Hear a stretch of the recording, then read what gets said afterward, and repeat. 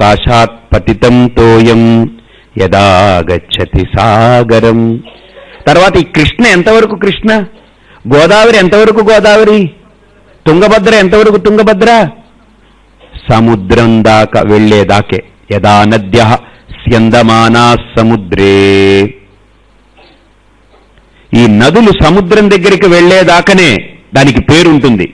ఇది మాది అనుకుంటాం, ఒక్కసారి సముద్రంలోకి అన్ని నదులు వచ్చి కలిసిపోతాయి కదండి. ఇప్పుడు తీయండి మీ నదులేవు. ఆకాశం మీద ఉన్నప్పుడు భేదం లేదు, సముద్రంలో ఉన్నప్పుడు భేదం లేదు, బయటకు వచ్చినప్పుడే భేదం. అందుకని ఆకాశము అనంతం, నీలి వర్ణంలో ఉంటుంది. సముద్రము అనంతం, నీలి వర్ణంలో ఉంటుంది. వినండి శ్రద్ధగా. ఇందులో కలిసిపోయినప్పుడు నామరూపాలు పోతున్నాయి, అందులో ఉన్నప్పుడు నామరూపాలు లేవు. ఎక్కడున్నాయి నామరూపాలు? ఒక ప్రాంతం మీద ఉంటే, బయటికి వస్తే. అలాగనే మనం కూడా మన అనంత చైతన్యాన్ని పరిధి చేసుకుంటున్నాం. నేను అనే తలంపు ఒకటి పెట్టుకుని, ఆ తలంపుతో నాది నావి అనేటువంటి భావాలన్నీ పెట్టుకుని, విష్మదస్మత్ ప్రత్యయ గోచరయోహో విషయ విషయినోహో తమః ప్రకాశవత్ విరుద్ధ స్వభావయోహో ఇతర ఇతర భావ అనుపపత్తౌ సిద్ధాయాం సుతరాం సత్యానృతే మిథునీకృత్య అహం మమ ఇదమితి నైసర్గికోయం లోక వ్యవహార. అందుకనే రమణ మహర్షి కానీ, శంకరులు కానీ, దయానంద సరస్వతి కానీ, వీళ్ళందరిలో నేను చూస్తుంటాను. పరమహంస రామకృష్ణ పరమహంస కానీ, వివేకానందుడు కానీ, వీళ్ళందరూ ఎందుకు మహనీయులయ్యారంటే వాళ్లకున్న గోడలు వాళ్ళు పగలగొట్టుకుని హాయిగా ఉన్నారు. వాళ్ళ దగ్గరకు వచ్చిన వాళ్ళ గోడలు పగలగొట్టారు, వాళ్ళని స్వేచ్ఛుల్ని చేశారు. అందుకని మహనీయులు చరిత్ర పుటల్లో నిలబడిపోతారు. మలయాళ స్వామి వీళ్ళందరూ. మహర్షి అంటారు, ఎప్పుడో ఏంటయ్యా ఇంత మంచి ఉపాధి, ఇంత మంచి అవకాశం వచ్చి, ఇంత మంచి ఫెసిలిటీ వచ్చి ఇప్పుడు వాడుకోకపోతే ఎప్పుడో మారుతాననేది పొరపాటు. అందుకని అంటారు, ఆత్మ సంస్థితి స్వాత్మదర్శనం ఆత్మనిర్ద్వయాద్ ఆత్మనిష్ఠత. రెండవది లేదు, ఉన్నది ఏకమైన చైతన్యం. దానికి గోడ కట్టేస్తున్నాం మనం. ఫస్ట్ గోడ ఏంటి? నేను అనే తలంపు. ఇంకా గోడ మొదలైతే ఇంకన్ని గోడలే కట్టుకుంటూ పోవడమే. ముందేం చేస్తున్నాం?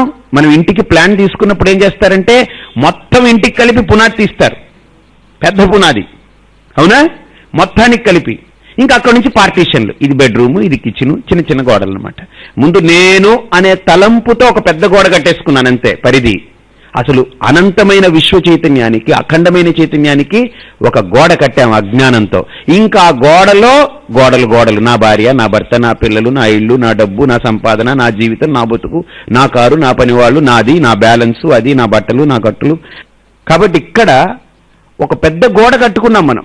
నేను అనేది ఒక గోడ తయారైంది అజ్ఞానంతో. ఆ గోడలో ఇవన్నీ గోడలు, నాది నాది నాది నాది నాది నాది అనే గోడలు. పోనీ ఇవేవైనా ఉంటున్నాయా? పడుకునేటప్పుడు అన్ని గోడల కుప్పకూలి పడిపోయినట్టు పడిపోతున్నాయి. నాకు అనిపిస్తూ ఉంటుంది, ఇప్పుడు షాప్ ఉంటుంది కదండి, షాప్ ఓపెన్ చేస్తారు కదా, దాంట్లో ఈ షాంపూ ప్యాకెట్లు వేలాడదీస్తాడు, సర్ఫ్ ప్యాకెట్లు వేలాడదీస్తాడు, బిస్కెట్ ప్యాకెట్లు, ఒక్కపొడి ప్యాకెట్లు, అవి అన్నీ వేలాడదీస్తుంటాయి. ఇలా ఓపెన్ చేయగానే అన్నీ వేలాడుతుంటాయి. మళ్ళీ రాత్రి వాడు వెళ్ళేటప్పుడు ఏం చేస్తాడు? అన్నీ సర్దడు, అన్నీ అలానే ఉంటాయి. ఆ తలుపులన్నీ అలా వేసేస్తే అన్నీ లోపల ఉండిపోతాయి, వెళ్ళిపోతాడు. ఇప్పుడు ఏం కనపడవు బయటికి. అలానే రాత్రి పడుకునేటప్పుడు ఏ తలంపులు తీయక్కర్లేదు. వాడు దేన్ని తీయలేదు, తలుపులు మట్టుకు వేశాడు. వీడు తలంపులు ఏం చేయట్లేదు, వీడు వదిలేశాడు అంతే. అన్ని యాజ్ ఇట్ ఈజ్ పడిపోతున్నాయి. మళ్ళీ ఉదయం లేవగానే లేచి కూర్చుంటున్నాయి. మళ్ళీ నేను నాది, నేను నాది, నేను నాది, నేను నాది, నేను నాది. ఈ పరిధులు, ఈ గోడలు. ఇది భరించలేకనే భగవంతుడు మృత్యు అనేది పెట్టాడు. ఒక్కరోజు ఏదో నాన్ సెన్స్, వీడు పడలేకపోతున్నాను, ఒకరోజు కట్ చేసి అవతల పారేసి ఇంకెక్కడికి వెళ్ళి నాది నేనంటాడు వీడు. పైకి వెళ్ళిన తర్వాత చెప్పండి, లేచినప్పటి నుంచి పడుకునేదాకా ఇదే గోల. భరిస్తాడు దేవుడు కూడా కొంతకాలం. ఆ తర్వాత ఏం చేస్తాడు? కటింగ్ వేస్తాడు ఎక్కడో చోట. వాడు కటింగ్ వేసే లోపే మనం కనుక సరిగ్గా జాగ్రత్తగా అవగాహన చేసుకుని ఎదిగామనుకోండి, హాయ్, అది జ్ఞానం అనేది. కాబట్టి ఇక్కడ ఆ ఆస్పెక్ట్ని, ఆ సిద్ధాంతాన్ని చెప్తూ రమణ మహర్షులు వారు ఆత్మ అనే శబ్దం ఉపయోగించారు అక్కడ. ఆత్మ అంటే సబ్స్టెన్స్, మూలం. చూడండి, ఆత్మ అంటే అర్థం ఏంటి? సబ్స్టెన్స్, మూలం. అందుకనే నన్ను ఒక అబ్బాయి అడిగాడు, స్వామీజీ, ఒక కాలేజీలో స్పీచ్ ఇస్తుంటే ఒక అబ్బాయి లేచి అడిగాడు, Swamiji can you explain what is God? దేవుడంటే ఎవరిని చెప్పగలరా మీరు? ఒక్క మాటలో చెప్పండి అన్నాడు. మీ ప్రవచనాలు వింటున్నాను, నాకు బాగా నచ్చాయి, ఒక్క మాటలో దేవుడంటే ఏం చెప్పండి అన్నాడు. ఏం చెప్తామండి? ఒక్కటే మాటలో చెప్పాలి. వెంటనే అన్నాను, అబ్సల్యూట్ ఫినామినన్ ఈజ్ గాడ్. అంటే పరాకాష్ఠ దేవుడు. ఏంటి? పరాకాష్ఠ, అన్నిటి యొక్క పరాకాష్ఠ పరమాత్మ. ఇప్పుడు నేను, నా పరాకాష్ఠ ఏంటి? పరమాత్మ. ఈ లోకంలో ఏ వస్తువుని మనం విచారణ చేస్తూ దాని పరాకాష్ఠకు చేరుకున్నామనుకోండి, అది పరమాత్మ దగ్గరికి వెళ్ళిపోతాం మనం. అంతే. ఇప్పుడు ఈ పువ్వు మీద విచారణ చేయండి మీరు కావాల్సి ఉంటే. దీన్ని విచారణ చేసి చేసి చేసి చేసి చేసి పదార్థాలన్నీ విడిపోతాయి, అంతా అణువులైపోతాయి, పరమాణువులైపోతాయి, ఇంకా లోపలికి వెళ్తాయి, ఇంకా లోపలికి వెళ్తాయి, ఇంకా ఒక స్థాయికి వెళ్ళేటప్పటికి మనకేం అర్థం కాదు. లోకంబులు, లోకేశులు, లోకస్థులు తెగిన తుదిన లోకంబగు పెంచీకటికిన్ అవ్వలనెవ్వండు నేకాకృతి నెయ్యి వెలుగొందువాడు. ఏ వస్తువునైనా మీరు విచారణ చేస్తూ పోతే, దాన్ని సబ్స్టిట్యూట్ చేస్తూ పోతే, దాన్ని సబ్స్ట్రాక్ట్ చేస్తూ పోతే, దాన్ని విచారణతో విడగొట్టుకుంటూ విడగొట్టుకుంటూ విడగొట్టుకుంటూ వెళ్ళిపోతే ఎక్కడికి చేరుకుంటే ఇంకా ముందుకు వెళ్ళడానికి అవకాశం లేదో అది పరాకాష్ఠ, అది పరమాత్మ. అక్కడికి వెళ్ళేటప్పటికీ తను రూపాన్ని కోల్పోతాడు, ఆ రూపము పడిపోతుంది, స్వరూపమే మిగులుతుంది. సాకాష్ఠ సా పరాగతి ఉపనిషత్ అంటుంది.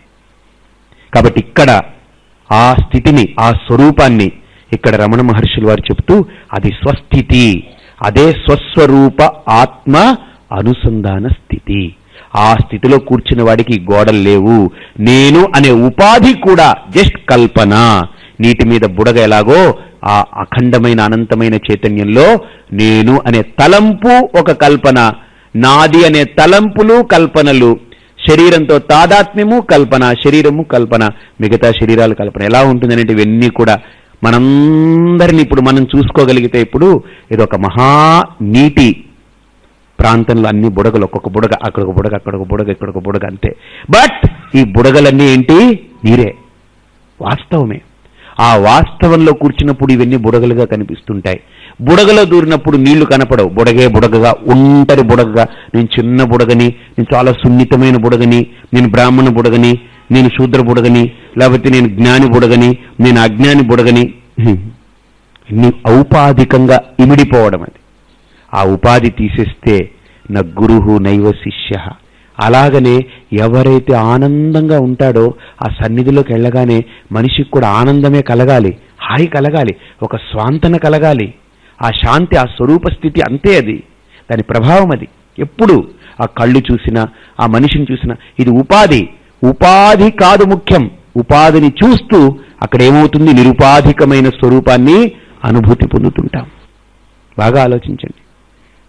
చల్లనిదనం వేసి మన చేతికి ఇవ్వదు, ఇస్తుందా? మిషన్ ఏమన్నా మనం వెళ్ళగానే చేయి జాపిలా పట్టుకొని ఇస్తుందా? లేదు. కనిపించేది ఉపాధి, కానీ ఆ అనుభూతి ఏంటి? అక్కడంతా చల్లనిదనం. అలాగనే మనం ఒక సద్గురువు దగ్గరికి వెళ్ళామనుకోండి, గోడలు కట్టేవాడు కాకుండా అన్నిటిని తొలగించి స్వస్వరూపానుస్థితిలో అలా ఉండేటువంటి, రమించేటువంటి వాడి దగ్గరికి వెళ్ళి, ఆ సన్నిధికి వెళ్ళిపోతే మనకు ఆనందం, హాయి, తెలియనిది. ఎందుకని? యద్భావం తద్భవతి. వాడిలో ఆ నేను అనే తలంపు ఏమైపోతుందనంటే ఆ మూలాన్ని చూసి చూసి చూసి తలంపు కూడా మూలమైపోతుంది. నాది అనుకునే తలంపులు కూడా మూలత్వం వచ్చేస్తుంది. ఇంకా వాడు ఏది చూస్తున్నా దృష్టిం జ్ఞానమయీం కృత్వా పశ్యేత్ బ్రహ్మమయం జగత్. కాబట్టి ఇక్కడ ఆ స్థితినే రమణ మహర్షులు వారు చాలా అద్భుతంగా చెప్తూ 27వ శ్లోకంలో, జ్ఞానవర్జిత అజ్ఞానహీన చేత్ జ్ఞానమస్తి కిం జ్ఞాతుమంతరం కిం స్వరూపమేత్యాత్మదర్శనే అవ్యయా భవా పూర్ణచిత్సుకం. ఇంతకుముందు సత్యం, సత్యం అనేది ఏంటి? అబాధితం సత్యం, శాశ్వతమైనది సత్యం, అదే పరమాత్మ అని ఎస్టాబ్లిష్ చేశారు మొట్టమొదటి దాంట్లో. ఇప్పుడు జ్ఞానం గురించి తీసుకుంటున్నారు. జ్ఞానం అంటే ఏంటనంటే జ్ఞానవర్జిత అజ్ఞానహీన చిత్. జ్ఞానమస్తి కిం జ్ఞాతుమంతరం. నేను మీ గురించి తెలుసుకోవాలంటే నా బుద్ధిని ఉపయోగించాలి. అవునా? నా బుద్ధిని ఉపయోగించి మీరెవరు, ఏమిటి, మీరెక్కడుంటారు, మీ ఇంటి పేరేంటి, మీ అమ్మగారు ఏం చేస్తుంటారు, ఇవన్నీ కనుక్కుంటుండాలి. బుద్ధి, ఇంద్రియాలు, శరీరము, వాక్కు ఇవన్నీ ఉపయోగించాలి. నా గురించే నేను తెలుసుకోవాలనుకున్నప్పుడు ఈ శరీరం అవసరమా? నోరు అవసరమా? చేతులు అవసరమా? కళ్ళు అవసరమా? అసలు ఇన్ఫ్యాక్ట్ ఈ ఇంద్రియాలన్నీ మూసేసుకోవడమే. మీ గురించి తెలుసుకోవాలంటే ఇంద్రియాలన్నీ తెరిచిపెట్టుకోవాలి, వ్యవహారం చేయాలి, ఈ శరీరం కావాలి. నా గురించి తెలుసుకోవాలంటే శరీరం ముందు పక్కకు పెట్టాలి, ఈ దేహ తాదాత్మ్యాన్ని దాటి ముందుకు లోపలికి రావాలి. తర్వాత ప్రాణం అవసరమా? ప్రాణం కూడా శరీరం ఆడడం కోసమే కానీ నాకు అక్కర్లేదు. నిజంగా నాకే ప్రాణం కావాలనుకోండి, నిద్రలో నాకు ప్రాణం ఉందన్న సంగతి ఏం తెలుస్తుంది? పట్టించుకుని. కాబట్టి ప్రాణము శరీరానికే కానీ నాకు కాదు. మనస్సు అవసరమా? మనస్సు కూడా కొంతవరకే అవసరం. ఎందుకని? ఇవేవి అవసరం లేదని చెప్పడం వరకే, ఆ తర్వాత మనస్సు పడిపోతుంది. బుద్ధి అవసరమా? బుద్ధి కూడా అవసరం లేదు. ఎందుకని? నేను అనే తలంపుకి బుద్ధి కావాలి, కానీ ఆ నేననే తలంపు నేను కాను, నేను నేనై ఉన్నాను, తలంపుని కాను అని నా నిజస్వరూప స్థితిలో ఉన్నప్పుడు అక్కడ బుద్ధి అక్కర్లేదు, మనస్సు అక్కర్లేదు, శబ్దము అక్కర్లేదు, ఇంద్రియాలు అక్కర్లేదు, శాస్త్రము ఇంకక్కర్లేదు, గురువు అక్కర్లేదు. ఎందుకని? శిష్యుడు లేడు. ఇవన్నీ పడిపోతున్నాయి. అక్కడ ఏ అఖండ చైతన్యంలో నిలబడ్డప్పుడు ఇవన్నీ పడిపోతున్నాయో, దేహేంద్రియ మనోబుద్ధులతో సహా, శాస్త్రంతో సహా, గురువుతో సహా అన్నీ అందులో పడిపోతున్నాయి. పడిపోతున్నాయంటే పడడం కాదు, అది లేవు, కల్పన. బుడగ నీటిలో పడిపోయిందంటే ఏం పడింది? పడలేదు, కల్పన నామరూపాలు పోయాయి, కనపడట్లేదు అంతే. నీరే ఉంది. బుడగ నీటిలో పడిపోయిందండి, నీటిలో పడిపోయిందా బుడగ? ఏమైంది? బుడగ నీరయింది. నీరు అయిపోయిందా అంటే ఇంతకుముందు కాలేదా? ఇంతకుముందు నీరే, ఇప్పుడు నీరే, బుడగ ఉన్నప్పుడు నీరే. కాకపోతే బుడగ అని గుర్తించిన అజ్ఞానం ఉంది చూసారా, ఆ అజ్ఞానం పడిపోయింది అంతే. బస్ అలాగనే నేను జీవుణ్ణి అనుకునే అజ్ఞానం ఉందే, అది పడిపోయింది, తానే ప్రకాశిస్తున్నాడు. ఒకసారి ఆలోచించండి. ఇప్పుడు ఇక్కడ నేను అనే తలంపు ఒక బుడగ అంతే. బస్ మీకు మంచి ఎగ్జాంపుల్ అది. మీరు నిలబడి లోపల చూస్తే ఆ నేను అనుకునేది కనుక ఉపాధితో ఉంటే అదొక బుడగ. బస్ ఆ నేననే ఉపాధి లేకపోతే నీరు, చైతన్యం. అది ఒక్కసారి మీరు ఆ స్థితిని ఒక్కసారి నిలబడితే ఇంకా అయిపోయిందంతే. ఇంకా కథ అంతా అయిపోయింది. కథ కంచికి మనం ఇంటికి, కథ అయిపోయింది అంతటితోటి. కథ ఆత్మవిద్య, ఆ స్థితి, అది పొందడానికి ఏ జ్ఞానం అక్కర్లేదు. కానీ ఇవేవి అవసరం లేదు అని తెలుసుకునేదానికి శబ్ద ప్రమాణం, శాస్త్రం కావాలి, గురువు కావాలి, దేహేంద్రియ మనోబుద్ధులన్నీ కావాలి. ఎందుకు? అక్కడికి వెళ్ళడం వరకు. మీకు ఒక చిన్న మాట చెప్తాను. ఉపనిషత్తే అంటుంది, యతో వాచో నివర్తంతే అప్రాప్య మనసా సహా. ఒక సన్యాసి రాగానే ఒక మంత్రం చెప్తారండి. ఏం తెలుసా? న కర్మణా న ప్రజయా ధనేన త్యాగేన ఏకే అమృతత్వమానసు. అంటే ఏ వేదమైతే ఈ కర్మ చెయ్యి, ఆ కర్మ చెయ్యి, అది చెయ్యి, ఇది చెయ్యి, పిల్లలు ఉండాలి, లేకపోతే పుణ్యం కావాలి, యజ్ఞం చేయి, అది చేయి అని చెప్పిందో అదే వేదం చిట్ట చివరికి వచ్చేటప్పటికి న కర్మణా న ప్రజయా ధనేన త్యాగేన ఏకే అమృతత్వమానసు. అన్నిటినీ త్యాగం చేసేయమంటుంది. ఇదే కాన్సెప్ట్ ని భగవద్గీతలో చిట్ట చివరి అధ్యాయంలో పరమాత్మ చెప్తాడు. సర్వధర్మాన్ పరిత్యజ్య మామేకం శరణం వ్రజ అహం త్వా సర్వ పాపేభ్యః మోక్షయిష్యామి మా శుచః. అసలు ఎంత గొప్ప శ్లోకమో అది. మొత్తం భగవద్గీత అంతా వేదాంత శాస్త్రం పిండి పెట్టారు ఆయన. ఏమంటారు? సర్వధర్మాన్ని అంటే అన్ని ధర్మాలు వదిలేయి, అంటే హిందూ ధర్మం, ముస్లిం ధర్మం, అది కాదు. ధర్మాలంటే పుత్రధర్మం, భార్యాధర్మం, అది కాదు. ఇది కాదు ధర్మాలంటే. ధర్మం అంటే దేహ ధర్మాలు. నేను ఎర్రగా ఉన్నాను, నేను తెల్లగా ఉన్నాను, నేను పొడుగ్గా ఉన్నాను, నేను మగవాణ్ణి, లింగభేదం, దేహ ధర్మాలు, దేహం యొక్క వర్ణం, దీని యొక్క కులం, ఇవన్నిటినీ పరిత్యజ్య. ఇంకంతేకాదు, ఇంద్రియ ధర్మాలు, నేను గుడ్డివాణ్ణి, నేను చెవిటివాణ్ణి, నేను కుంటివాణ్ణి, ఇంద్రియ ధర్మాలు పరిత్యజ్య. మనోధర్మాలు, నేను సుఖి, నేను దుఃఖి, నేను అది, నేను ఇది, ఆరోపణలు పరిత్యజ్య. బుద్ధి ధర్మాలు, నేను జ్ఞాని, నేను అజ్ఞాని, నాకు తెలివి ఉంది, నాకు తెలివి లేదు, నాకు తెలుసు, నాకు తెలియదు, ఈ జ్ఞానాజ్ఞానాల యొక్క ధర్మాలు, బుద్ధి ధర్మాలు, ఆ ఆరోపణలు పరిత్యజ్య. అయిపోయింది. దేహము, ఇంద్రియాలు, మనస్సు, బుద్ధి, ఇవన్నిటిని పరిత్యజ్య అంటే ఏంటి? దేహము అంటే ఏంటి? అన్నమయ. ఇంద్రియాధ్యాస ప్రాణమయ. మనస్సు యొక్క ధర్మాలు మనోమయ. బుద్ధి యొక్క ధర్మాలు విజ్ఞానమయ. ఇవన్నీ పడేస్తే ఆఖరికేంటి? ఆనందో బ్రహ్మే దివ్యజానాత్. ఆనందాద్ధేవ ఖల్విమాని భూతాని జాయంతే. ఆనందే న జాతాని జీవంతి. ఆనందం ప్రయంత్య విషం విశంతీతి. సైషా భార్గవి వారుణీ విద్యా పరమే వ్యోమన్ ప్రతిష్ఠిత య ఏవం వేద ప్రతిష్ఠతి. ఉపనిషత్ అంటుంది ఈ అన్నమయ ధర్మాలు, ప్రాణమయ ధర్మాలు, మనోమయ ధర్మాలు, విజ్ఞానం అన్నీ, దేహ, ఇంద్రియ, మనస్సు, బుద్ధి, వీటి ధర్మాలన్నీ పడిపోతే చూడండి, సర్వధర్మాన్ పరిత్యజ్య.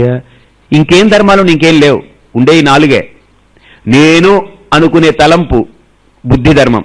ఆ నేను లేచిన తర్వాత నాకు ఇది తెలుసు, నాకు ఇది తెలియదు, ఇది నాది, ఇది నాది కాదు, ఈ విభజనలు, ఇవన్నీ బుద్ధి ధర్మాలు. ఇక అక్కడి నుంచి మనస్సు, నాదనుకున్నది కనుక నేను అనుకున్నట్టు లేకపోతే దుఃఖం. అర్థమైందండి? నాది అనుకున్నది నేను అనుకున్నట్టు లేకపోతే దుఃఖం. నాది అని అనుకోవట్లేదు కానీ అదేదో చాలా మంచి చేసింది, సుఖం. ఈ దుఃఖాలన్నీ కూడా మనోధర్మాలు, సుఖ దుఃఖాలు, ఈ విభజనలు. ఇకపోతే ఇంద్రియ ప్రాణమయం, శక్తులన్నీ నా మీద ఆరోపణ చేసుకుంటాను, నేను శక్తిమంతుణ్ణి, శక్తిహీనుణ్ణి, ఇవన్నీ. దేహధర్మాలు, పొట్టివాణ్ణి, పొడుగువాణ్ణి, తెల్లవాణ్ణి, నల్లవాణ్ణి, బ్రాహ్మణుణ్ణి, శూద్రుని, ఇవన్నీ దేహధర్మాలు. అందుకని కృష్ణుడు అంటున్నాడు సర్వధర్మాన్. అందుకనే పంచకోశాల్లో కూడా ఈ నాలుగే కోశాలు. ఆనందమయం అనేది కోశం కాదు, అది స్వరూపం దగ్గరికి వెళ్ళిపోతుంది చివరికి. ఈ నాలుగు పడిపోతే పరిత్యజ్య మాం ఏకం. ఏకమై ప్రకాశించే నన్ను అంటే నేనే అంటే ఏంటి? తలంపు కాదు, నేనుగా ఉండే ఆ మూలంలో శరణం వ్రజ, అక్కడ స్థితుడై ఉండు ఆ మూలంలో. అహం సర్వపాపేభ్య. చూడండి, ఒక్క పాపం కాదు. ఎలా పోగొడతారండి సర్వపాపాల నుండి? ఒక్క పాపం పోగొడితే సరే, 10 పాపాలు పోగొట్టాడు సరే, అన్ని పాపాల నుంచి నిన్ను తొలగించేసి మోక్షయిష్యామి మా శుచః, నీకు మోక్షాన్ని ఇస్తున్నానంటే సర్వ పాపాలు ఎందుకు పోతున్నాయి? ఎందుకు పోతున్నాయి? ఇప్పుడు ఒకడు బ్యాంకులో 10 లక్షలు వేశాడు, వాడికి భార్య పిల్లలు ఎవ్వరు లేరు, ఒంటరివాడు, కష్టపడ్డాడు, బ్యాంకులో వేసుకున్నాడు. వినండి శ్రద్ధగా.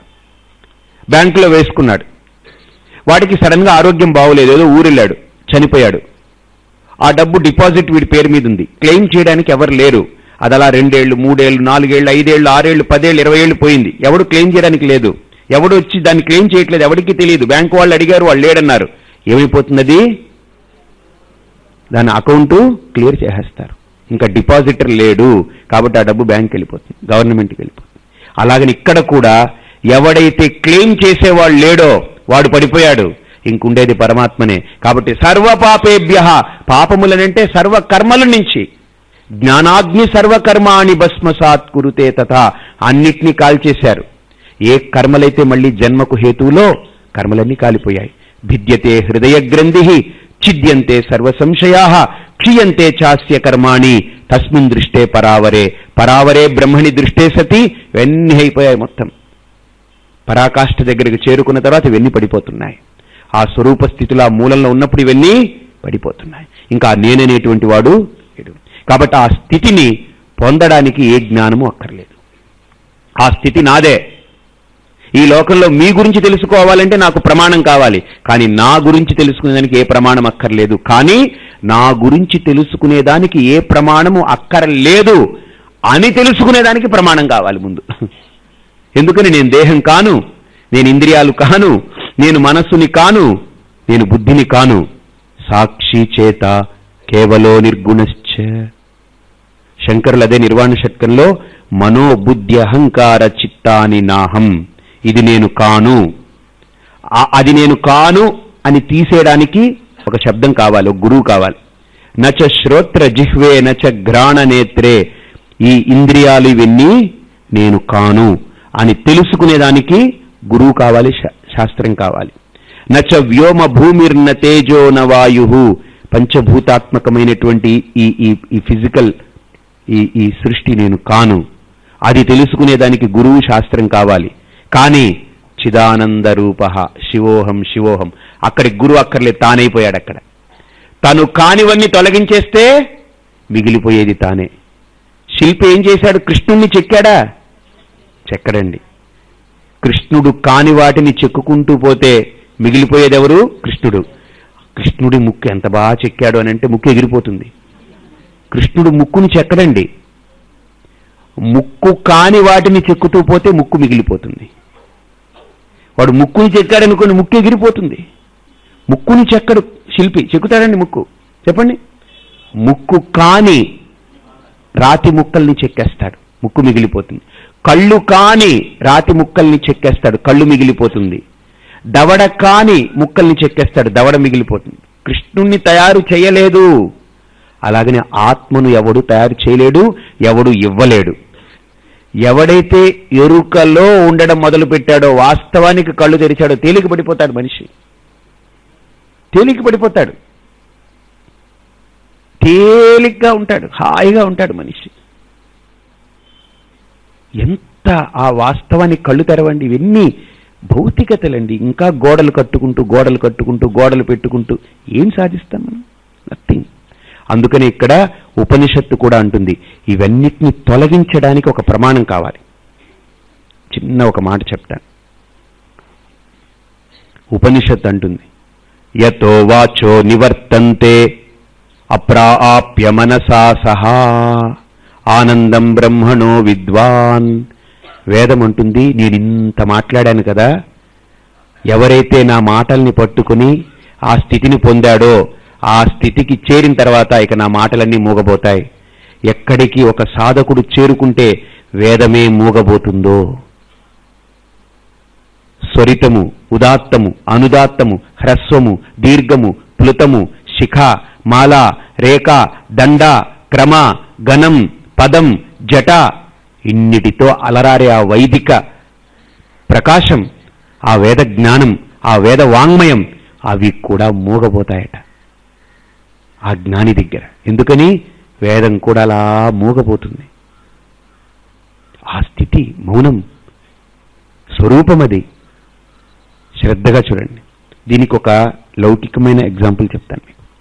ఒక పెద్ద ఫంక్షన్ జరుగుతూ ఉంటే ఆడవాళ్ళందరికీ ఒక దగ్గర బఫే పెట్టారు, మగవాళ్ళందరికీ భోజనం ఒక దగ్గర పెట్టారు. అందరూ తింటూ ఉన్నారు. తింటూ ఉంటే లైట్ పోయింది, కరెంటు పోయింది. పాపం అక్కడ ఏంటంటే ఆ భార్య భర్త ఇద్దరు ఊరు వెళ్ళాలి. ఇద్దరు కొద్దిగా పెద్దవాళ్ళు. ఈవిడికో 55 ఏళ్ళు, ఆయనకు ఒక 60 ఏళ్ళు. ఇద్దరు వెళ్ళాలి ఊరు. కరెంటు పోయింది, కళ్ళు కనపడట్లేదు, ప్లేట్లు పెట్టేశారు, చేతులు కడుక్కున్నారు. ఇప్పుడు ఈవిడికి ఏమిటి దారి? లైట్ లేదు, ఏమీ లేదు. ఈవిడ ఆ మూలనుంది అక్కడ, ఆయన అక్కడెక్కడో ఉన్నాడు మగవాళ్ళ దాంట్లో. ఈవిడ ఏమండి, వీడికి వినపడింది. ఎందుకని? రోజు ఇది విని విని విని ఆ శబ్దం కరెక్ట్గా వెంటనే చెవిలా పెట్టాడు. వీడు రెస్పాండ్ అవ్వలేదు ఫస్ట్ మాటకి. మళ్ళీ వీడు రెండోసారి ఏమండి, అప్పుడు వీడు పట్టాడు. అంటే ఆ శబ్దము విన్నటువంటి వ్యక్తిగా అలవాటు ఉన్నవాడుగా, ఇది నా భార్య పిలుస్తుంది అని అన్నాడు. అప్పుడు వీడు కూడా ఏమే నేను ఇక్కడ ఉన్నానన్నాడు. ఇప్పుడు చూడండి ఎంత, అసలు మీరు దీని ఉపమానం చూస్తే అలా స్ట్రక్ అవ్వాలి మనకు. వీడిక్కడి నుంచి అన్నాడు కదా నేను ఇక్కడున్నానని, ఈవిడ పిలిచింది ఏమండి అని. ఇప్పుడు ఇద్దరు డైరెక్షన్ సెట్ చేసుకున్నారు. దేంతోటి? శబ్దం, శబ్ద ప్రమాణంతో. వీడు ఈవిడ ఇద్దరు డైరెక్షన్ సెట్ చేసుకున్నారు. ఇప్పుడు ఏంటంటే వీడు ఏమే నువ్వు ఎక్కడున్నావు అంటే ఈవిడ అంటుంది నేను ఇక్కడున్నాను అంటుంది. ఇక్కడి నుంచి వీడు ఈ డైరెక్షన్ చూసి ఒక 2 అడుగులు వేస్తాడు. ఈవిడ ఏమండి మీరు ఎక్కడున్నారు ఇదిగో నేను ఇక్కడున్నాను. వీడి యొక్క శబ్దం ఎక్కడి నుంచి వచ్చిందో ఆ దిక్కుకు 2 అడుగులు వేస్తుంది. వీడు మళ్ళీ ఏమే ఎక్కడున్నావు 2 అడుగులు, ఈవిడ ఏమండి ఇక్కడున్నాను 2 అడుగులు. ఇలా వేస్తూ వేస్తూ దగ్గరకు వచ్చిన తర్వాత వీడు పట్టుకుంటాడు. ఇప్పుడు ఇంకా అరుచుకుంటారా? ఒకటైపోయిన తర్వాత అరుపులు కేకలు ఉండవు, ఏమండి ఉండవు, ఆగిపోతాయి. యతో వాచో నివర్తంతే అప్రాప్య మనసా సహా. ఆలోచించండి, ఈ క్రియ ఎంతవరకు, ఈ శబ్దం ఎంతవరకు? ఇద్దరు దగ్గరికి వచ్చేదా? ఇద్దరు ఒకటైపోయారనుకోండి ఇంకా లేదు. అలాగనే నేను ఏకమై అఖండమై ప్రతిభ భాషించే చైతన్యమైనప్పుడు ఇక ఆ నేననే తలంపు అన్నిటినీ కాదు కాదు కాదు కాదు కాదు అని తీసిపారేసి ఆ తలంపు కూడా పడిపోతుంది. పడిపోతే జ్ఞానవర్జిత అజ్ఞానహీనచిత్. ఆ నేను అనే తలంపు కూడా పడిపోయింది, అజ్ఞానము పోయింది. జ్ఞానము ఎంతవరకు కావాలి? అజ్ఞానం ఉన్నంత వరకు జ్ఞానం కావాలి.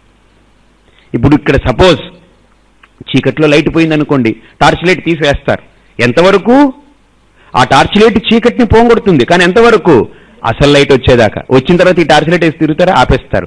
అలాగనే నాకు కూడా జ్ఞానం అనేది కావాలి. టార్చ్ లైట్ ఎంతవరకు లోపల అజ్ఞానం ఉంది, అసలు జ్ఞానం, అసలు స్వరూపం నేను దగ్గరికి వెళ్ళిన తర్వాత ఇంక ఇవేం అక్కర్లేదు, ఇవన్నీ పడేస్తాం.